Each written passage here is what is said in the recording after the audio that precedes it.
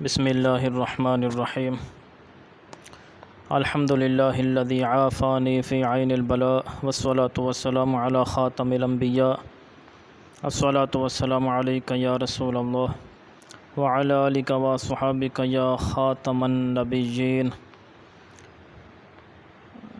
حضرات سامعین، اویسیہ Islamic channel میں آپ کو خوش آمدید کہتے ہیں۔ آج ہمارا موضوع ہے ارذل عمر کی تحقیق قرآن و حدیث کی روشنی میں۔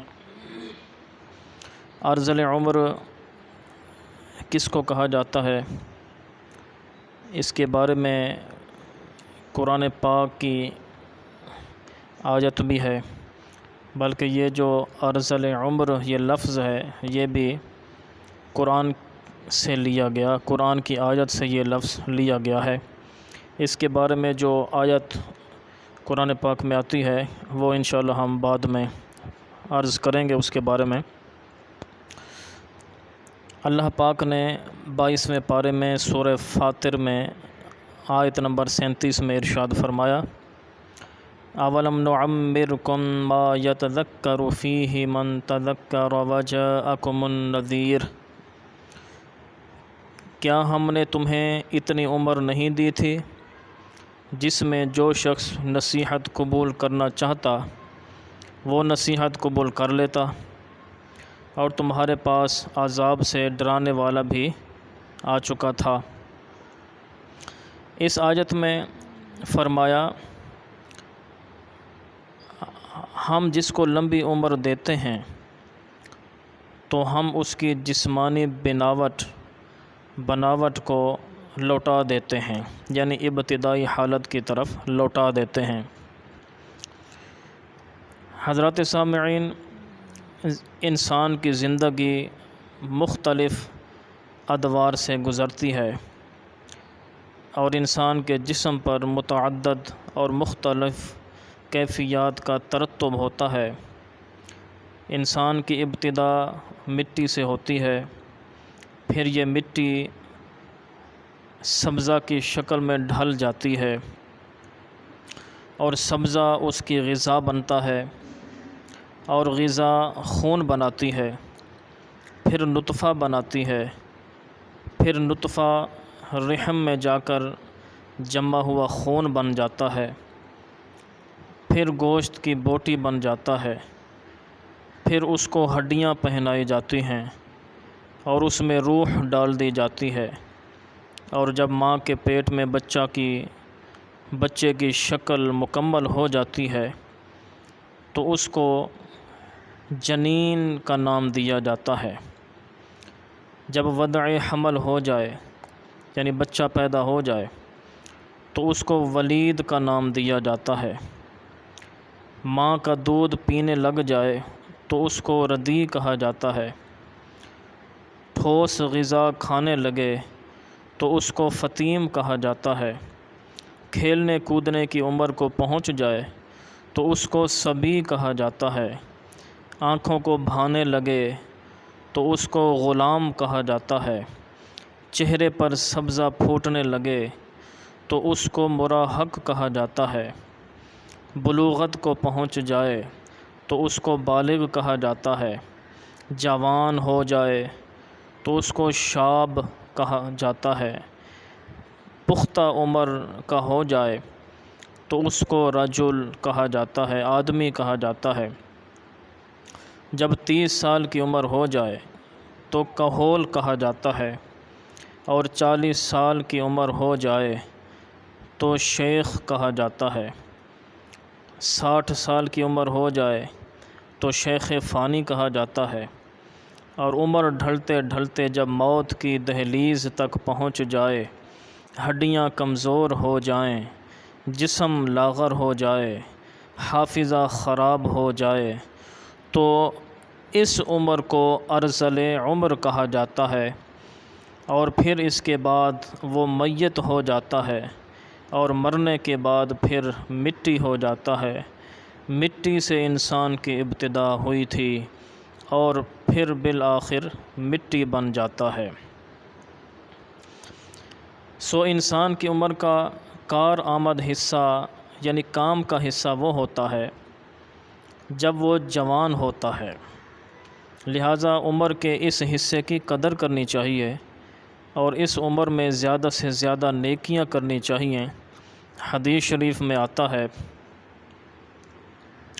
حضرت عمر بن میمون رضی اللہ تعالیٰ عنہ بیان کرتے ہیں کہ مصطفیٰ کریم صلی اللہ تعالیٰ علیہ وآلہ وسلم نے ایک شخص سے فرمایا، 5 چیزوں کو 5 چیزوں کے آنے سے پہلے غنیمت جانو، اپنی زندگی کو موت آنے سے پہلے غنیمت جانو، اور اپنی فراغت کو اپنے مشغول ہونے سے پہلے غنیمت جانو، اور اپنی خوشحالی کو اپنی تنگ دستی سے پہلے غنیمت جانو، اور اپنی جوانی کو اپنے بڑھاپے سے پہلے غنیمت جانو، اور اپنی صحت کو اپنی بیماری سے پہلے غنیمت جانو۔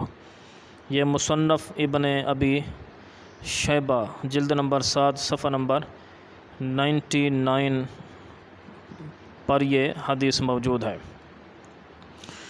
حضرت سیدنا ابن مسعود رضی اللہ تعالیٰ عنہ بیان کرتے ہیں کہ مصطفیٰ کریم صلی اللہ تعالیٰ علیہ وآلہ وسلم نے فرمایا، ابن آدم قیامت کے دن اس وقت تک اپنے رب کے سامنے سے اپنے قدم ہٹا نہیں سکے گا جب تک کہ اس سے 5 چیزوں کے متعلق سوال نہ کر لیا جائے۔ اس نے اپنی عمر کس چیز میں فنا کی، اس نے اپنی جوانی کو کن کاموں میں بوسیدہ کیا، اس نے کہاں سے مال حاصل کیا اور کن مصارف میں خرچ کیا، اور اس نے اپنے علم کے مطابق کیا عمل کیا۔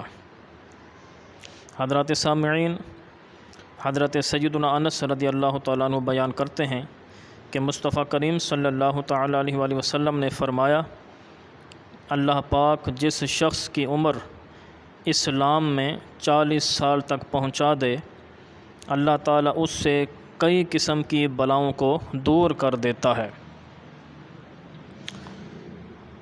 مثال کے طور پر بیماری ہے جذام، برس، ان بیماریوں کو بھی دور فرما دیتا ہے، اور شیطان کے غضبناک کرنے کو دور فرما دیتا ہے۔ اور اللہ پاک جس شخص کی عمر اسلام میں 50 سال تک پہنچا دے، اللہ پاک اس پر حساب کو آسان کر دیتا ہے۔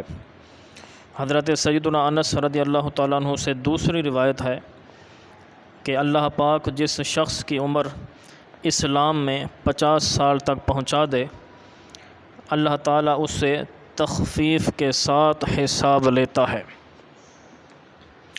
اور اس کو اللہ کی طرف ایسی توبہ اور رجوع عطا فرماتا ہے جو اس کو پسند ہے۔ اور جس شخص کی عمر اللہ پاک اسلام میں 70 سال تک پہنچا دے، اس سے تمام آسمان والے اور زمین والے محبت کرتے ہیں۔ اور جس شخص کی عمر اللہ تعالیٰ اسلام میں 80 سال تک پہنچا دے، اللہ تعالیٰ اس کے گناہ مٹا دیتا ہے اور اس کی نیکیاں لکھ دیتا ہے۔ اور جس شخص کی عمر اللہ پاک اسلام میں 90 سال تک پہنچا دے تو اللہ تعالیٰ اس کے گناہ بخش دیتا ہے۔ وہ زمین میں اللہ تعالیٰ کا قیدی ہے اور قیامت کے دن وہ اپنے گھر والوں کی شفاعت کرے گا۔ اسی طرح حضرت سیدنا ابو ہریرہ رضی اللہ تعالیٰ عنہ بیان کرتے ہیں کہ مصطفیٰ کریم صلی اللہ تعالیٰ علیہ وآلہ وسلم نے ارشاد فرمایا، اللہ پاک نے جس شخص کی عمر 60 سال تک پہنچا دی تو اللہ تعالیٰ نے اس پر حجت پوری کر دی اور اس کا کوئی عذر باقی نہیں رہا۔ حضرت سہل بن سعد رضی اللہ تعالیٰ عنہ بیان کرتے ہیں کہ اللہ پاک نے جس شخص کی عمر 70 سال تک پہنچا دی تو عمر میں اس پر اپنی حجت پوری کر دی اور اس کا کوئی عذر نہیں رہا۔ حضرات سامعین، اب وہ آیت جس آیت میں ارذل عمر کا ذکر ہے وہ ہم بیان کرتے ہیں۔ 17واں پارہ ہے، سورہ نحل ہے، آیت نمبر 70 ہے۔ اللہ پاک ارشاد فرماتا ہے واللہ خلقکم ثم یتوفاکم ومنکم من یرد الی ارذل العمر لکی لا یعلم بعد علم شیئا، اور اللہ نے تمہیں پیدا کیا پھر وہی تم کو وفات دے گا اور تم میں سے بعض کو ارذل عمر کی طرف لوٹا دیا جاتا ہے تاکہ انجام کار وہ حصول علم کے بعد کچھ بھی نہ جان سکے۔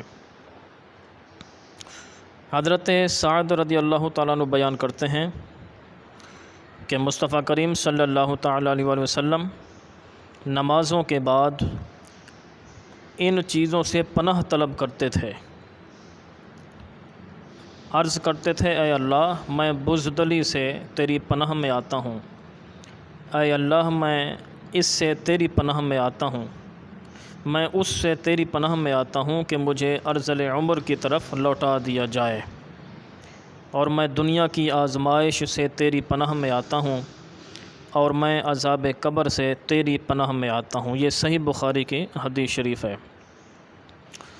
ارذل عمر کیا چیز ہے، اس کی تشریح کرتے ہوئے علامہ بدر الدین محمود بن احمد عینی یہ لکھتے ہیں کہ انسان اس قدر بوڑھا ہو جاتا ہے، اس قدر بوڑھا ہو جائے کہ کمزور ہو کر اپنے بچپن کی ابتدائی حالت کی طرف لوٹ جائے، انسان کی سماعت اور بصارت کمزور ہو جائے، اس کی عقل کام نہ کرے اور سمجھ میں کوئی بات نہ آئے، وہ فرائض کو ادا نہ کر سکے اور اپنے ذاتی کام نہ کر سکے، اپنی پاکیزگی اور صفائی ستھرائی کا خیال نہ رکھ سکے اور اپنے گھر والوں پر بوجھ ہو جائے اور وہ اس کی موت کی تمنا کرنے لگیں، اور اگر اس شخص کا گھر بار نہ ہو اور وہ بالکل تنہا ہو تو اس سے بڑی اور کیا مصیبت ہوگی۔ ابن قتیبہ نے کہا کہ ارذل عمر کا معنی یہ ہے کہ جن چیزوں کا اسے پہلے علم تھا، بڑھاپے کی شدت کی وجہ سے اس کا وہ علم زائل ہو جائے، ختم ہو جائے۔ زجاج نے کہا کہ ارذل عمر کا معنی یہ ہے کہ تم میں سے کچھ لوگ اس قدر بوڑھے ہو جائیں کہ ان کی عقل فاسد اور خراب ہو جائے اور وہ عالم ہونے کے بعد جاہل ہو جائیں گے، تو اس کو ارذل عمر کہا جاتا ہے۔ یہ عام لوگوں کا حال ہے کہ 40 سال کے بعد ان کا دور انحطاط شروع ہو جاتا ہے، ان کی سماعت اور بصارت معمول پر نہیں رہتی اور ان کے اعصاب کمزور ہو جاتے ہیں اور ان کا بدن لاغر ہو جاتا ہے، ان کا حافظہ خراب ہو جاتا ہے اور ان کی عقل کام نہیں کرتی، وہ بچوں کی سی باتیں کرنے لگتے ہیں اور ان کی ذہانت اور فطانت ختم ہو جاتی ہے، اور جن لوگوں پر اللہ تعالیٰ کا خصوصی کرم ہوتا ہے جیسے علماء ہیں، اللہ کے ولی ہیں، وہ 60 سال کے بعد بھی مضبوط اور توانا ہوتے ہیں، ان کے حواس قائم رہتے ہیں، ان کا بدن متحرک اور فعال ہوتا ہے، ان کے اعصاب مضبوط ہوتے ہیں، ان کی عقل و وقار روشن ہو جاتا ہے، روشن رہتا ہے۔ اب ایک بزرگ گزرے حضرت علامہ غلام رسول سعیدی رحمۃ اللہ تعالی علیہ، وہ اپنی کتاب میں لکھتے ہیں کہ میری عمر تقریباً 67 سال سے اوپر ہو گئی، اس کے باوجود میرے اعصاب اور حواس بالکل قائم ہیں، متحرک ہیں اور فعال ہیں۔ لکھتے ہیں کہ جب 17-18 سال پہلے جب میں کراچی آیا تھا تو میری دائیں آنکھ خراب تھی، آنکھوں کا مسئلہ بھی تھا، اور قریب کا لکھنے پڑھنے کا کام میں چشمے کے بغیر کر لیتا تھا۔ 1985 سے شوگر، ہائی بلڈ پریشر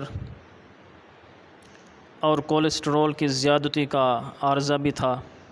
اس کے باوجود لکھتے ہیں کہ اللہ پاک کے فضل و کرم سے میرا حافظہ بھی صحیح تھا، ان عوارض کی وجہ سے کوئی توانائی بخش غذا نہیں کھا سکتا تھا،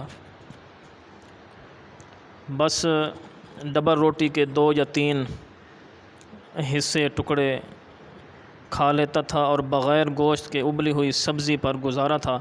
اس کے باوجود 1986 میں فرماتے ہیں کہ میں نے شرح صحیح مسلم کا کام شروع کیا اور 1993 میں 8000 صفحات پر مشتمل اس عظیم شرح کو مکمل کر دیا، اور 1994 میں فرماتے ہیں کہ تبیان القرآن کو شروع کیا، اور 2003 میں اس کی جلد نمبر 9 جو ہے یہ مکمل ہوئی۔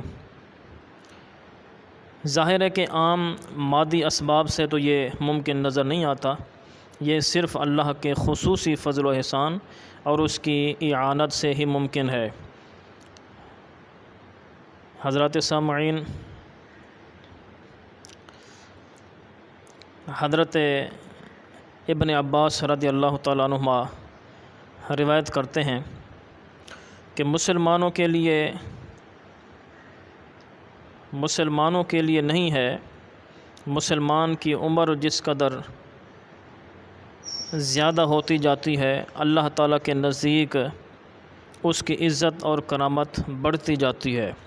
یعنی یہ چیز صرف مسلمانوں کے لیے ہے، دوسروں کے لیے یہ نہیں ہے۔ مسلمان کی عقل اور معرفت بھی زیادہ ہوتی جاتی ہے۔ سبحان اللہ۔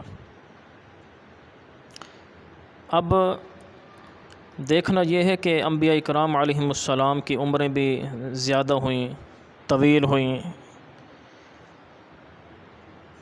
تو ان کے بارے میں جو ہے وہ کتابوں میں کیا لکھا ہے۔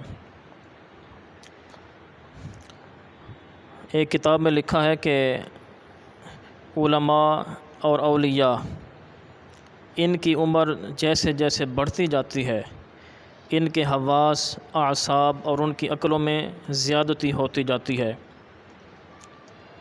انبیاء کرام علیہم السلام کی عمر میں زیادتی تو اس سے کہیں زیادہ ہوتی ہے، ان کی قوتوں میں اضافہ ہو جاتا ہے۔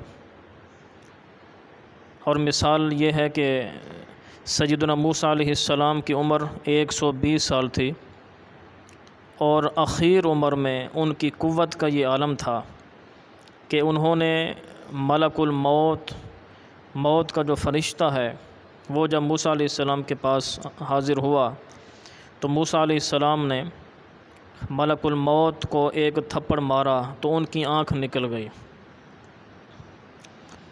حافظ اسماعیل بن عمر بن کثیر دمشقی حضرت موسیٰ علیہ السلام کی عمر کے بارے میں لکھتے ہیں کہ اہل کتاب نے ذکر کیا ہے کہ حضرت موسیٰ علیہ السلام کی عمر 120 سال تھی۔ اللہ اکبر۔ اب موسیٰ علیہ السلام نے جو ملک الموت علیہ السلام کو تھپڑ مار کر ان کی آنکھ نکالی، تو یہ واقعہ بھی ہمیں حدیث سے ملتا ہے، صحیح مسلم شریف کی حدیث ہے۔ حضرت سیدنا ابو ہریرہ رضی اللہ تعالیٰ عنہ بیان کرتے ہیں کہ ملک الموت کو حضرت موسیٰ علیہ السلام کے پاس بھیجا گیا۔ جب وہ ان کے پاس پہنچے تو حضرت موسیٰ علیہ السلام نے ان کو تھپڑ مارا اور ان کی آنکھ نکال دی۔ ملک الموت اپنے رب کے پاس واپس گئے اور کہا، تو نے مجھے ایسے بندے کی طرف بھیجا ہے جو مرنے کا ارادہ ہی نہیں کرتا۔ اللہ پاک نے ان کی آنکھ لوٹا دی اور فرمایا، ان کے پاس جا کر کہو کہ اپنے ہاتھ بیل کی پشت پر رکھ دیں، اور جتنے بال ان کے ہاتھ کے نیچے آئیں گے اتنے سال ان کی عمر بڑھا دی جائے گی۔ حضرت سیدنا موسیٰ علیہ السلام کے پاس اسرائیل علیہ السلام حاضر ہوئے اور یہ سارا اس طرح بتایا تو موسیٰ علیہ السلام نے پوچھا، اے میرے رب، پھر کیا ہے؟ پھر اللہ پاک نے فرمایا، پھر موت ہے۔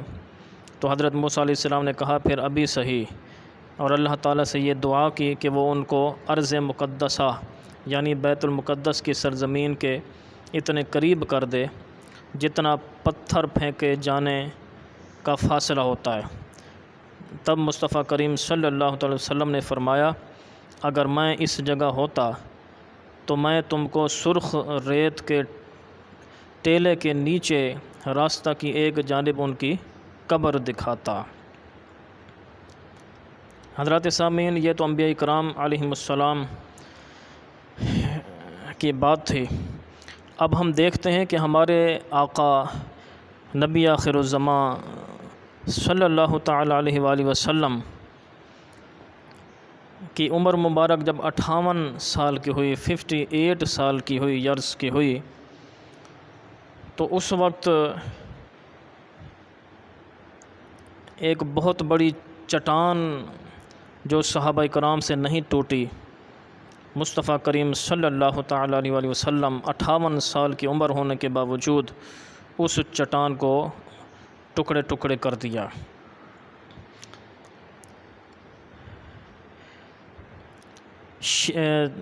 شوال کی 5 تاریخ تھی، شوال کا مہینہ تھا، اور ہجری 5 ہجری میں مصطفیٰ کریم صلی اللہ تعالی علیہ وسلم کی عمر مبارک 58 سال تھی۔ اس وقت غزوہ خندق واقع ہوا۔ صحابہ کرام خندق کھود رہے تھے۔ کھدائی کے وقت ایک چٹان نکل آئی، وہ کسی سے نہیں ٹوٹ رہی تھی، لیکن مصطفیٰ کریم صلی اللہ تعالیٰ علیہ وآلہ وسلم کی ایک ضرب سے وہ چٹان ریزہ ریزہ ہو گئی۔ اب اس کی تفصیل جو حدیث میں ملتی ہے وہ مسند احمد ہے، احمد میں یہ حدیث موجود ہے، مجمع الزوائد میں بھی موجود ہے کہ حضرت سیدنا برا بن عازب رضی اللہ تعالیٰ عنہ بیان کرتے ہیں کہ مصطفیٰ کریم صلی اللہ تعالیٰ علیہ وآلہ وسلم نے ہمیں خندق کھودنے کا حکم دیا کہ خندق کی جگہ جب ہم نے خندق کھودی تو خندق کی جگہ میں ایک چٹان نکل آئی جو کدال اور پھاوڑوں سے نہیں ٹوٹ رہی تھی۔ صحابہ کرام نے مصطفیٰ کریم کی بارگاہ میں اس کی شکایت کی۔ پھر مصطفیٰ کریم صلی اللہ تعالی وسلم تشریف لائے اور فالتو کپڑے رکھ کر چٹان کی طرف اتر گئے۔ مصطفیٰ کریم نے کدال پکڑی اور بسم اللہ پڑھ کر ضرب لگائی تو اس سے 3 پتھر ٹوٹ کر گر گئے۔ مصطفیٰ کریم نے فرمایا کہ اللہ اکبر، مجھے ملک شام کی چابیاں دے دی گئیں۔ آپ نے فرمایا کہ اللہ کی قسم، میں اس جگہ سے ملک شام کے سرخ محلات دیکھ رہا ہوں۔ مصطفیٰ کریم نے پھر بسم اللہ پڑھ کر دوسری ضرب لگائی تو پھر اس چٹان سے 3 پتھر ٹوٹ کر گر گئے۔ آپ نے فرمایا اللہ اکبر، مجھے ملک فارس کی چابیاں دے دی گئیں، اور اللہ کی قسم بے شک میں اس جگہ سے اس کے شہروں کو اور اس کے سفید محلات کو دیکھ رہا ہوں۔ مصطفیٰ کریم نے پھر بسم اللہ پڑھ کر ایک اور ضرب لگائی اور وہ چٹان مکمل طور پر ٹکڑے ٹکڑے ہو گئی۔ آپ نے فرمایا اللہ اکبر، مجھے یمن کی چابیاں دے دی گئیں، اور آپ نے فرمایا میں اس جگہ سے صنعاء کے دروازے دیکھ رہا ہوں۔ حضرت سیدنا ابو ہریرہ رضی اللہ تعالیٰ عنہ بیان کرتے ہیں کہ میں نے مصطفیٰ کریم صلی اللہ تعالیٰ علیہ وسلم سے زیادہ حسین کوئی چیز نہیں دیکھی، گویا کہ آپ کے چہرے میں آفتاب تیرتا تھا، اور میں نے مصطفیٰ کریم سے زیادہ سرعت کے ساتھ، تیزی کے ساتھ کسی کو چلتے ہوئے نہیں دیکھا، گویا کہ زمین آپ کے سامنے لپٹتی جاتی تھی، ہم آپ کے ساتھ چلتے ہوئے تھک جاتے تھے اور آپ کو پرواہ نہیں ہوتی تھی، یعنی آپ آگے گزر جاتے تھے۔ اللہ پاک ہمیں مصطفیٰ کریم صلی اللہ تعالی علیہ وسلم کی سچی پکی محبت نصیب فرمائے، صحابہ کرام کی سچی پکی محبت نصیب فرمائے، اہل بیت کی سچی پکی محبت نصیب فرمائے۔ مزید انشاءاللہ نئے موضوع کے ساتھ حاضر ہوں گے۔ السلام علیکم ورحمۃ اللہ وبرکاتہ۔